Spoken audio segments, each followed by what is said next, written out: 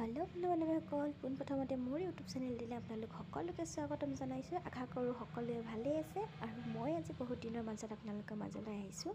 আজি মই গৈ আছিলোঁ বজাৰত। এতিয়া মানে প্ৰায় 12:30মান হৈছে। মোৰ লগৰ ছোৱালী এজনী অহা কথা আছিলে, তো সেইটো কাৰণে অকণমান বজাৰ কৰি লৈ আহিলোঁ। এইপিনে কমলা টেঙা দেখিছে নহয়, 100 টকা কেজি। ইমান দাম মানে গুৱাহাটীত বস্তুবোৰ, কি ক'ম আৰু, উপায়তো নাই, কিনি খাব লাগিবই আমি। এইপিনে তিয়ঁহ, ভোট জলকীয়া 20 টকাত 5টা দিছে, সৰু সৰু। উপায় নাই, লৈ আহিছোঁ আৰু।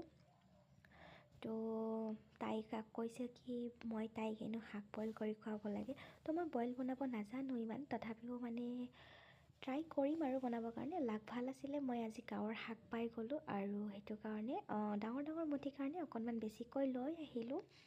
যিহেতু বেয়া হৈ নাযায়, গাঁৱৰ লোকেল শাকবোৰ যিহেতু বেয়া হৈ নাযায়। গুৱাহাটীত যিহেতু সৰু সৰু 5 টকা মুঠি দি কিনি আনো, 2 ঘণ্টা পিছতে সেইবোৰ পচি যায়। সেইটো কাৰণে ভাবিলোঁ পুৱাতে ভাল লৈ যাওঁ। আৰু এইপিনে ৰঙামূলা দেখিছে নহয়, মাত্ৰ 4টা আছে, তাতেই 10 টকা।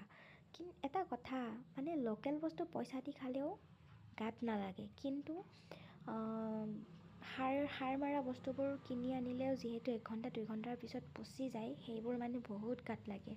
আৰু এইপিনে দেখিছেই বহুত দাম এতিয়া, তিয়ঁৰো দাম বহুত এতিয়া। ভোট জলকীয়াটো 12 মাহেও দাম থাকেই।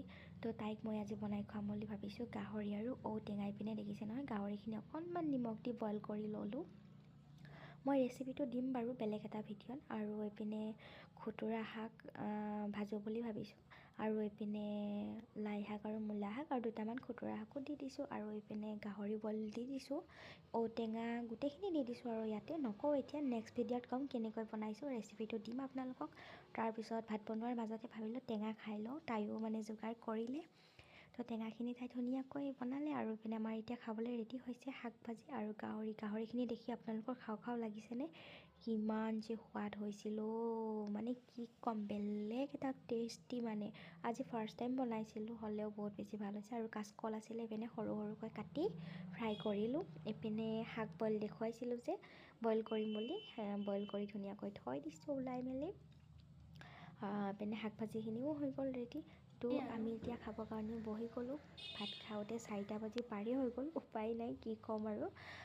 বনাওঁতে 2টামান বাজিছিলে, সেইটো কাৰণে দেৰি হ'ল আৰু খাওঁতেও। এইপিনে তিয়ঁহ আৰু বুট, মই মানে এনেকৈ খাই খুবেই ভাল পাওঁ, তিয়ঁহ বুটৰ লগত। আৰু তাইও গ'ল লগৰজনী, ভাবিলোঁ এতিয়া এটা ৰিলে বনাই লওঁ, সেইটো কাৰণে ফ্ৰেছ হৈ মেলি ভাবিছোঁ আৰু বনাম। তাৰপিছত মানে কি হ'ল, ৰাতি আমাৰ ৰুমৰ বাইদেউহঁতৰ মাইনাজনী মোক মানে খুবেই ভাল পায়, ফ্ৰেণ্ডৰ নিচিনাকৈ। তো তাই বোলে একো খোৱা নাই দিনটো, তাইৰ গাটো মানে খুবেই বেয়া, বহুত জ্বৰ। সেইটো কাৰণে ভাবিলোঁ তাইক অকণমান